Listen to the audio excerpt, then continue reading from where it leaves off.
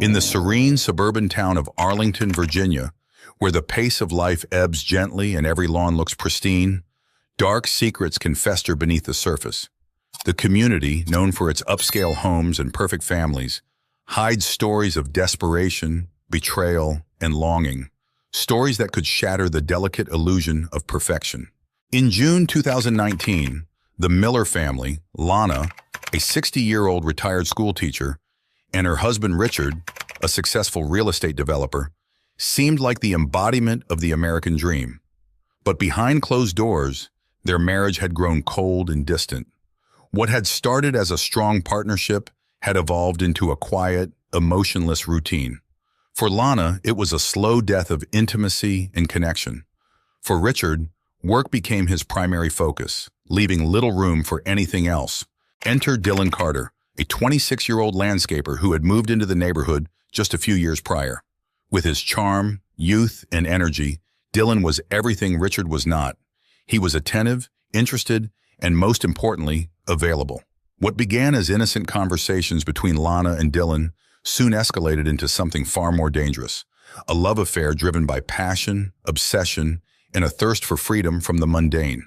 But as with all secrets, the truth had a way of surfacing. As Dylan's obsession with Lana grew, so did the tension.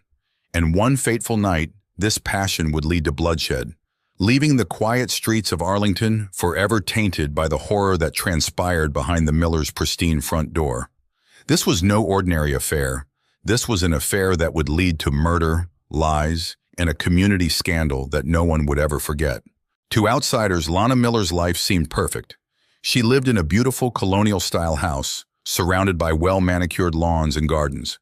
The home, meticulously maintained by her husband Richard, symbolized success and stability. For the Millers, appearances were everything. They attended charity events, held dinner parties, and were known throughout Arlington as a power couple. But inside the walls of their perfect home, Lana felt empty. After 40 years of marriage, she and Richard had grown apart.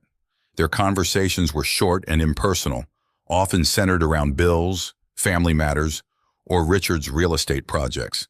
The passion and love that once defined their marriage had slowly fizzled out over the years.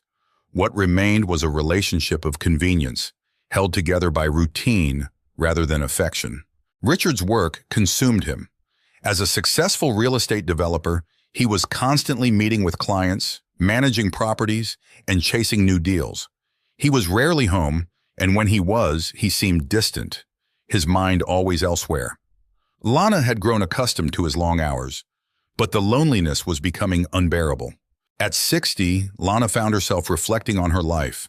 How much of it had been spent catering to others, raising their children, and being the supportive wife. Now that the children were grown and had moved out, Lana had nothing but time.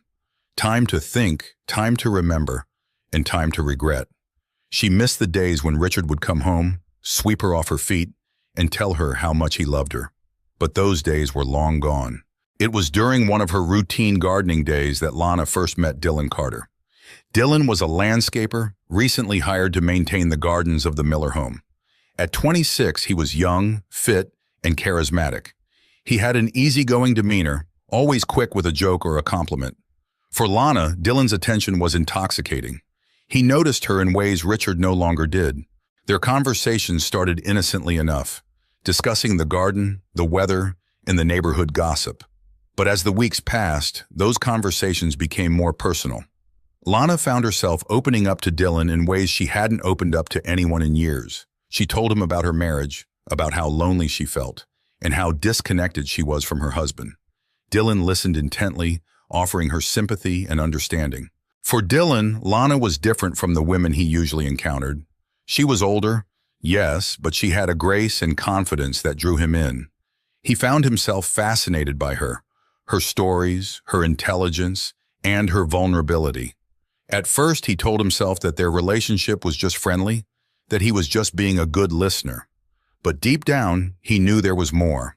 One afternoon, while Richard was away on business, Lana invited Dylan inside for a drink. The air was thick with tension, and before long, they were sitting close on the living room couch, their hands brushing against each other. The electricity between them was undeniable. Lana's heart raced. This was the kind of passion she had been missing for so long. When Dylan leaned in and kissed her, she didn't pull away. From that moment on, their relationship changed. What had once been an innocent friendship quickly morphed into a full-blown affair. They began meeting regularly, sneaking around whenever Richard was out of town. For Lana, it was thrilling. She felt alive in a way she hadn't in years. With Dylan, she was no longer the neglected wife. She was desired, wanted, and needed. But with that thrill came guilt. Lana knew what she was doing was wrong. She knew that if Richard ever found out, it would destroy him. But the thought of losing Dylan was unbearable. She was trapped in a web of her own making, torn between the life she had built and the passion she had found. The affair between Lana and Dylan intensified over the next few months. Each stolen moment together was filled with passion, danger, and excitement. They would meet in secret places, the back of Dylan's truck, the guest bedroom of the Miller home, or the secluded corners of the garden where no one could see them. For Lana, the excitement of sneaking around was half the thrill. She hadn't felt this alive in decades. Dylan's touch sent shivers down her spine, and every kiss left her wanting more. Their relationship became her escape from the monotonous life she shared with Richard. She spent her days looking forward to the next time she and Dylan could be together, their secret rendezvous the highlight of her weeks. But as their affair grew more intense, so did the complications. Dylan was no longer satisfied with being Lana's secret. He wanted more. He wanted her to leave Richard, to be with him completely. He began to grow resentful of the fact that he had to hide in the shadows, that Lana wouldn't commit to him fully. Dylan started pushing Lana to make a decision. He would tell her how much he loved her, how much he wanted to build a life with her, and how Richard didn't deserve her. At first, Lana dismissed his pleas as foolish fantasy. She knew she couldn't leave Richard. It would ruin her financially, socially, and emotionally. She had built her entire life around her marriage, and the thought of walking away was terrifying. But Dylan's persistence wore her down. He began making promises, telling her how they could run away together, how he would take care of her, and how they could finally be happy. Lana, swept up in the passion of their affair, began to entertain the idea. She started imagining what life would be like with Dylan by her side. A life free from Richard, free from the constraints of her marriage. The turning point came one evening when Richard was away on a business trip. Lana and Dylan were lying in bed together, the room filled with the scent of their passion. Dylan turned to her, his face serious, and told her that he couldn't keep living this way. He couldn't keep being her secret. He needed her to make a choice, him or Richard. Lana's heart raced. She didn't know what to say. She loved Dylan, but she wasn't ready to give up her life with Richard. The conflict tore her apart, and for the first time, she realized just how deep she had fallen into this affair. Over the next few weeks, the tension between Lana and Dylan grew. Dylan became more possessive, more demanding. He wanted her to spend more time with him, to prioritize their relationship over everything else. But Lana couldn't bring herself to do it. She was trapped between two worlds, one of safety and security with Richard, and one of passion and excitement with Dylan. While Lana struggled with her internal conflict, Richard began to notice the changes in his wife. Though he had always been consumed with work, he wasn't blind to the shifts in her behavior. She was spending more time away from home, her phone constantly buzzing with messages, and she seemed distant, distracted, even when they were together. At first, Richard chalked it up to boredom. He knew that Lana had been feeling restless since retiring, and he assumed that she was just finding new ways to occupy her time.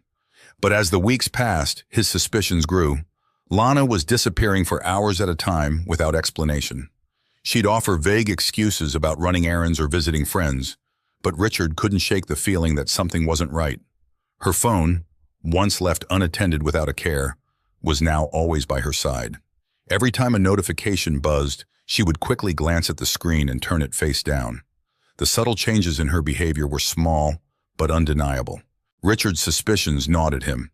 He found himself watching her more closely, noting the little things he hadn't paid attention to before.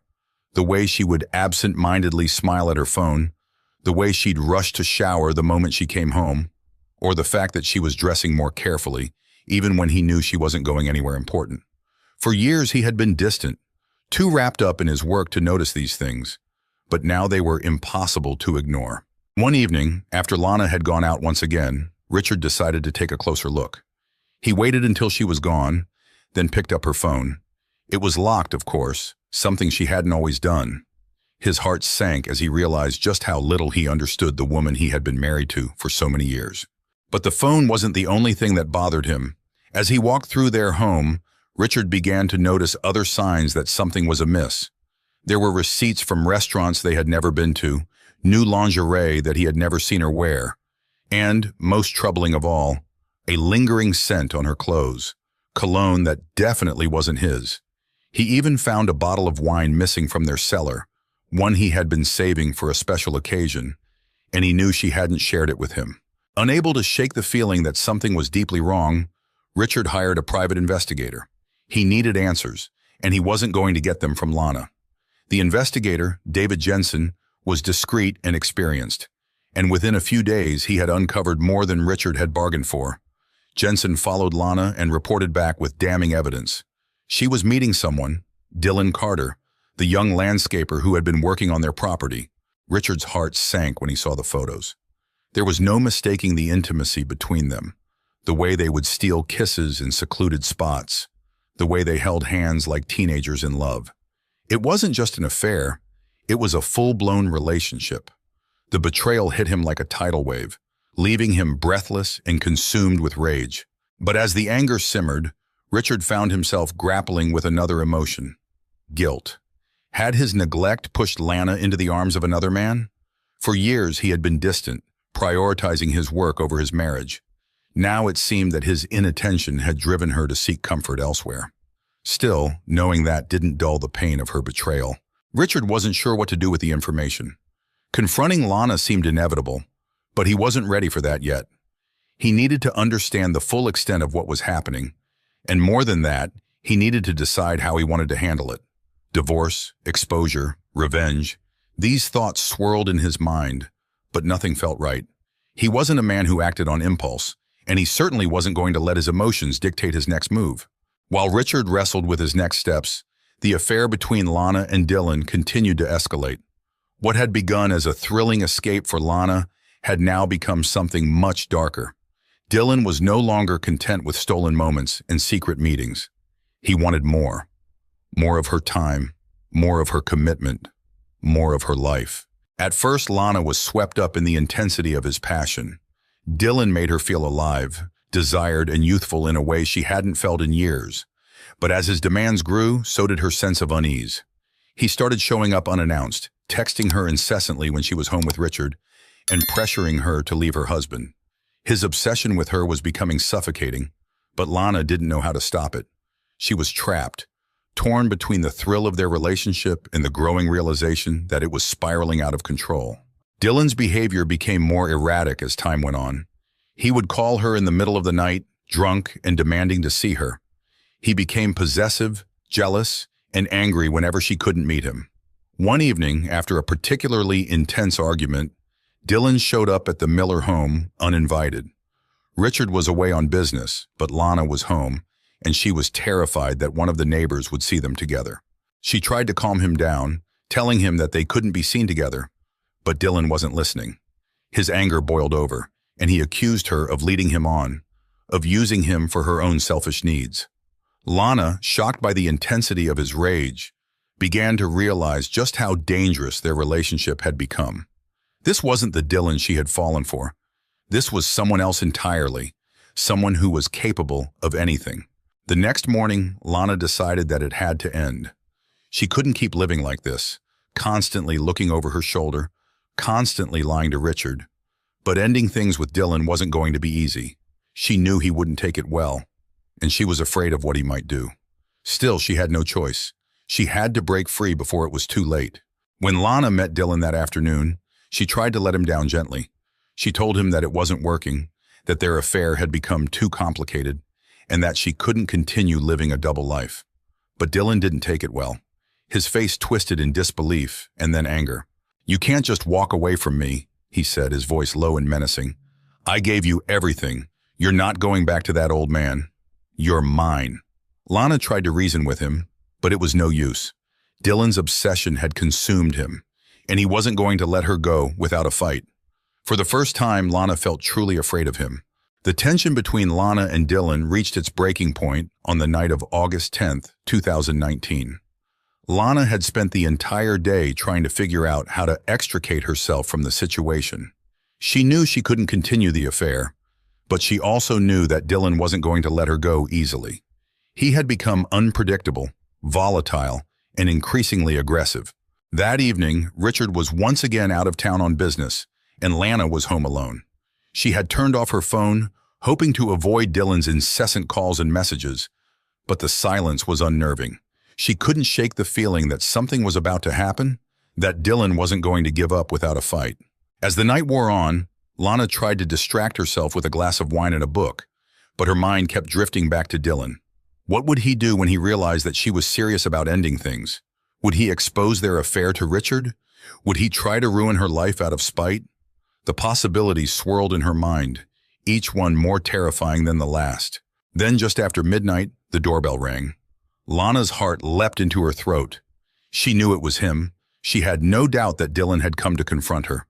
For a moment, she considered not answering, but the persistent ringing told her that he wasn't going to leave. Taking a deep breath, Lana opened the door to find Dylan standing on her porch, his eyes wild and filled with anger. He pushed past her, storming into the house without waiting for an invitation.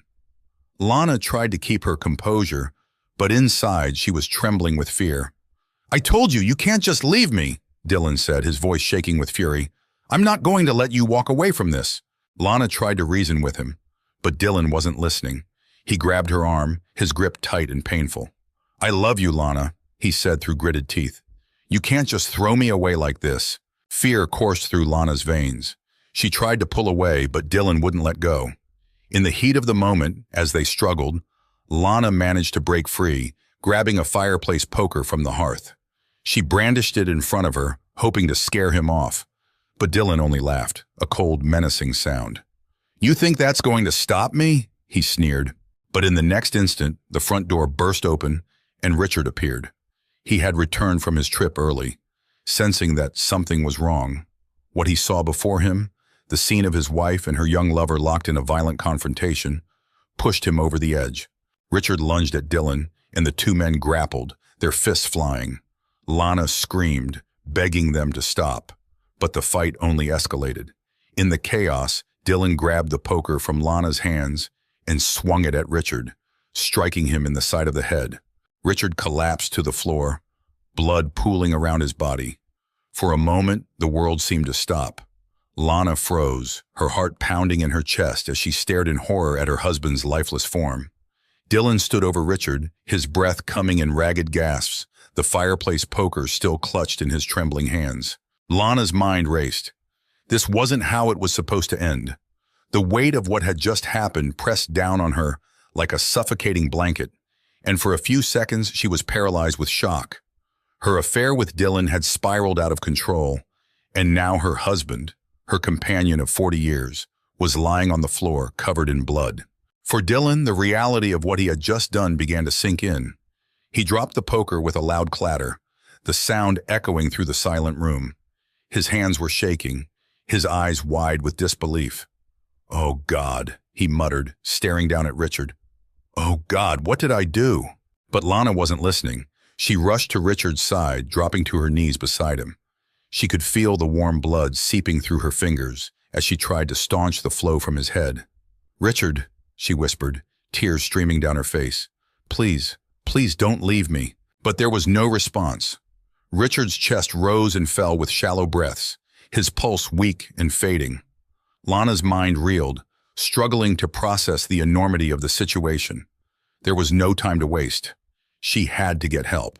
But Dylan was frozen in place, still staring at Richard's body as if in a trance. He was in shock, unable to move, unable to comprehend the magnitude of what he had done. Lana's panic grew as precious seconds slipped away. She lunged for her phone on the coffee table, her blood-stained fingers fumbling with the screen as she dialed emergency services. The dispatcher answered quickly, and Lana's voice was frantic as she gave their address and begged for an ambulance. "My husband's been hurt," she cried. "He's bleeding. Please, hurry!" As Richard collapsed to the floor, blood quickly pooling around his head, the gravity of the moment hit Lana and Dylan like a tidal wave. The man who had been her husband for over 40 years was now lying motionless, and the man she had turned to for passion and escape was standing above him, hands still trembling from the blow he had delivered. Lana's heart raced in her chest as she knelt by Richard's side. His breathing was faint, shallow, his eyes half closed. "Oh my God, what have you done?" she muttered, her voice breaking with panic as she pressed her hands to his head, trying to stop the bleeding. But it was no use, the blood kept coming, and his skin was turning a sickly pale. "Richard, stay with me!" Lana cried out, her voice echoing through the room. But Richard didn't respond. His breathing slowed, his pulse growing weaker with each passing second. And then all at once it stopped. The world seemed to freeze, the air growing heavy as Lana realized what had just happened. Richard was dead. Her husband, the man she had spent her life with, was gone, and there was no bringing him back. Dylan stepped back, his face white as a ghost. He looked down at Richard's lifeless body, the fireplace poker still in his hand. I didn't mean to kill him," he stammered, his voice shaking with fear and disbelief. "Oh God, what did I do?" Lana's mind raced as she stared at Richard's body, her thoughts spinning out of control. How had it come to this? What had started as a secret affair, a momentary escape from her loveless marriage, had now turned into something far darker, something irreversible. Her life as she knew it was over. There was no going back. Dylan, consumed with panic, began pacing the room, muttering to himself. "We have to do something. We have to. He can't be found like this. Lana, we have to fix this. We have to cover it up," he said, his voice rising with desperation. But Lana was frozen in place, her mind still trying to process what had just happened. She couldn't think, couldn't move. All she could do was stare at Richard's lifeless body, the enormity of the situation pressing down on her like a crushing weight. "We can't let anyone find out," Dylan insisted, his eyes wild with fear. "We'll go to prison. They'll put us away forever." But deep down, Lana knew the truth. There was no covering this up. There was no way to hide what had happened. The only way forward was to face the consequences. Dylan, however, wasn't ready to give up. As Lana sat frozen in shock, Dylan took control, his mind racing as he tried to formulate a plan. "We'll say it was an accident," he said quickly, his words tumbling out in a frenzy. "We'll say he came at me. I had no choice. It was self-defense." Lana shook her head, tears streaming down her face. "No, Dylan, there's no way. They'll never believe us." But Dylan wasn't listening. He was already moving, already grabbing towels from the nearby bathroom to clean up the blood. "We have to make this look like a break-in," he said, his voice tense and urgent. "We'll stage it. Someone broke in. They attacked him. We'll get rid of the poker, throw it in the river. No one will ever know." Lana could hardly believe what she was hearing. The thought of covering up Richard's death, of pretending that none of this had happened, made her stomach turn. But Dylan was in a frenzy, his fear driving him to act irrationally. He was willing to do anything to save himself, and he was dragging Lana down with him. As Dylan frantically cleaned up the blood, Lana tried to think, tried to make sense of the chaos. But her mind was clouded with grief and guilt. She had loved Richard once. They had built a life together, raised a family, and now, because of her affair, because of her selfish decisions, that life had been destroyed. She had let her desire for excitement, for passion, lead her down a path that had ended in tragedy. And now there was no way out. Dylan moved quickly, grabbing a black duffel bag from the garage to stuff Richard's bloodied clothes into. "We have to get rid of all of this," he muttered under his breath, his eyes darting around the room like a trapped animal. "We'll dump it somewhere far away. No one will find it." But even as Dylan worked, Lana knew the truth. It didn't matter how much they cleaned, how much they tried to cover it up. The truth would come out. It always did. "We need to call the police," Lana said quietly, her voice barely above a whisper. "We can't do this, Dylan. We need to tell them the truth." Dylan froze, his face contorting with anger and fear. "No, we can't. Do you understand what will happen if we do? We'll both go to jail. They'll find out about the affair, and it'll be over for us." Lana didn't respond. Deep down, she knew that Dylan was right. Their lives would be ruined if the truth came out. But she couldn't live with herself if they tried to cover it up. She couldn't live with the weight of Richard's death on her conscience. Lana didn't answer. She couldn't. All she could do was listen to the sound of the dispatcher's voice on the other end of the line, asking her to explain the emergency. "My husband is dead," she said quietly, her voice shaking. "There's been an accident." Finally, after what felt like an eternity, Lana made her decision. She stood up, her legs trembling beneath her, and walked to the phone. Dylan watched in disbelief as she dialed 911, his mouth hanging open in shock. "What are you doing?" he demanded, his voice filled with panic. The police arrived within minutes, and the once peaceful Miller home was quickly transformed into a crime scene. Yellow tape was strung up around the perimeter, and officers flooded the house, questioning Lana and Dylan separately as paramedics arrived to pronounce Richard dead at the scene. Lana sat on the living room couch, her hands still trembling as she gave her statement. She told the officers about the confrontation, about how Dylan had come to the house to confront her about their affair, and how things had spiraled out of control. She didn't try to sugarcoat it. She didn't have the energy. The truth was ugly, and it was going to come out no matter what. Dylan, on the other hand, stuck to his story. He insisted that Richard had attacked him first, that he had acted in self-defense. But the police were skeptical. The scene didn't add up.